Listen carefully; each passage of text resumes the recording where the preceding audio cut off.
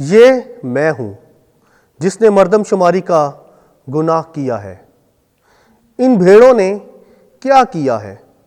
آج کی ہماری پہلی تلاوت سیموئیل نبی کی دوسری کتاب، اس کا 24واں باب، اس کی دوسری اور پھر 9ویں تا 17ویں آیات مقدسہ۔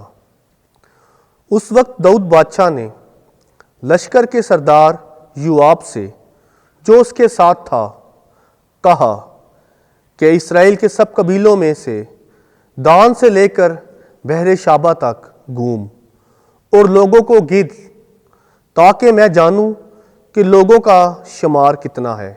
9 مہینے 20 دن بعد یروشلم کو واپس آئے، اور یوآب نے واپس آ کر لوگوں کے شمار کی کل میزان بادشاہ کو دی۔ تو اسرائیل کے 8 لاکھ آدمی بہادر تلوار چلانے والے اور یہودا کے 5 لاکھ مرد تھے۔ لیکن لوگوں کا شمار کرنے کے بعد داؤد کا دل بے چین ہوا، اور داؤد نے خداوند سے کہا، جو کچھ میں نے کیا اس میں نے بڑا گناہ کیا۔ اے خداوند، اپنے بندے کے گناہ کو معاف کر، کیونکہ میں نے بڑی بے وقوفی سے یہ کام کیا۔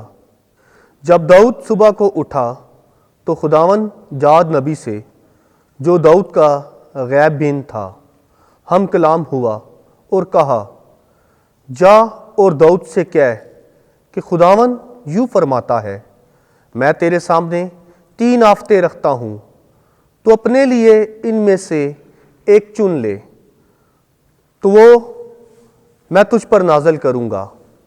تب جاد داؤد کے پاس آیا اور اسے خبر دی اور کہا، تجھ پر تیرے ملک میں 3 برس کا قحط آئے، اور تو اپنے دشمنوں کے آگے 3 مہینے بھاگتا پھرے، اور وہ تیرا پیچھا کریں، یا تیرے ملک میں 3 دن وبا پڑے۔ اب تو سوچ لے اور دیکھ کہ میں اپنے بھیجنے والے کو کیا جواب دوں۔ داؤد نے جاد سے کہا کہ یہ میرے لیے نہایت دقت کی بات ہے، پر ہم خداوند کے ہاتھ میں پڑیں، کیونکہ اس کی رحمتیں بہت ہیں، اور میں آدمیوں کے ہاتھ میں نہ پڑوں۔ سو داؤد نے وبا قبول کی، اور خداوند نے اسرائیل پر صبح سے لے کر مقررہ وقت تک وبا بھیجی۔ سو لوگوں میں سے دان سے لے کر بحر شابہ تک 70,000 آدمی مر گئے۔ اور جب فرشتے نے اپنا ہاتھ یروشلم پر بڑھایا کہ اس کو تباہ کرے، تو خداوند نے ان کی مصیبت پر ترس کھایا، اور فرشتے کو جو لوگوں کو ہلاک کرتا تھا کہا، بس اپنا ہاتھ تھام۔ اور خداوند کا فرشتہ ارونا یبوسی کے خلیان کے پاس تھا، اور جب داؤد نے اس فرشتے کو دیکھا جو لوگوں کو مار رہا تھا، تو خداوند سے کہا کہ میں ہی ہوں جس نے گناہ کیا، اور میں ہی نے بدی کی، پر ان بھیڑوں نے کیا کیا؟ سو تیرا ہاتھ میرے خلاف اور میرے باپ کے گھرانے کے خلاف ہو۔ پاک کلام کے پڑھے اور سنے جانے پر خداوند کی برکت ہو۔ زبور 32 جماعتی جواب۔ اے خداوند، میری خطا کی بدی بخش دے۔ مبارک ہے وہ جس کا گناہ بخشا گیا اور جس کی خطا ڈھانپی گئی ہے۔